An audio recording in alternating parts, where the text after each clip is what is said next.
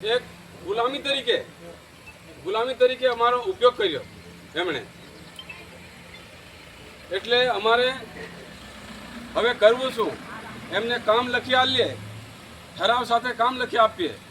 આજે 15 થી 20 સરપંચો નારાજ છે આપણા ગઢેશ્વર તાલુકાના, એટલે એમની સાથે સાથે અમારું પણ નામ આવે કે આજે સક્રિય કાર્યકરનું કામ ના થતું હોય તો મારી જોડે 5 કાર્યકરો હોય એ લોકોનું શું કામ થાય।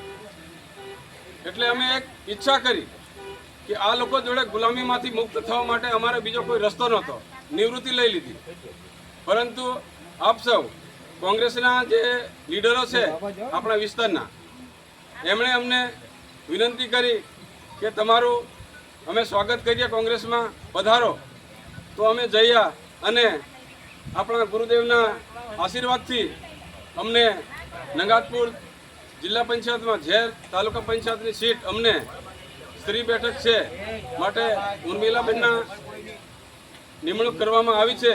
તો અમે જંગી બહુમતીથી જીતીએ એવો અમને વિશ્વાસ છે। અને આજની તારીખમાં છેક જિલ્લા સુધીના સંગઠન છે, ભારતીય જનતા પાર્ટીનું જિલ્લાનું સંગઠન છે એ અમારી પાછળ પડ્યું છે અત્યારે।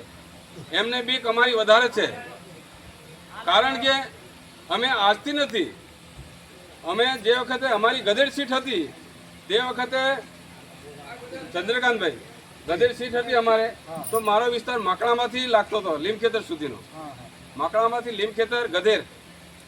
તો ત્યાં અમે અમારી પાસે ચંપલ પણ સીધા ના મળે, ચાલીને ફર્યા, છતાં પણ અમે જીતા।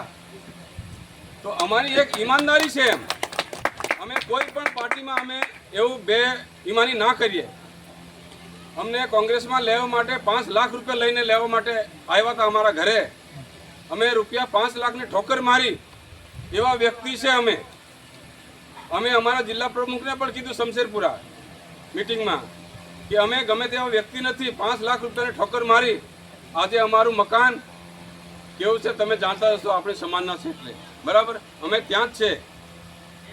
જે કોંગ્રેસમાંથી ખરીદેલા માણસો આજે નર્મદા જિલ્લાનું નહીં આખા ગુજરાતનું રાજ કરે છે, માટે અમે એક ગુલામીથી મુક્ત થવા માટે અમે આજે કોંગ્રેસ પાર્ટીમાં જોડાયા છે। માટે આપ સૌ વતી અમે ભરોસો રાખીએ છીએ કે હાઈ જ તાલુકા પંચાયત અમે જીતીને બતાવીશું એવી હું ખાતરી આપું છું સૌને। જય શ્રી રામ।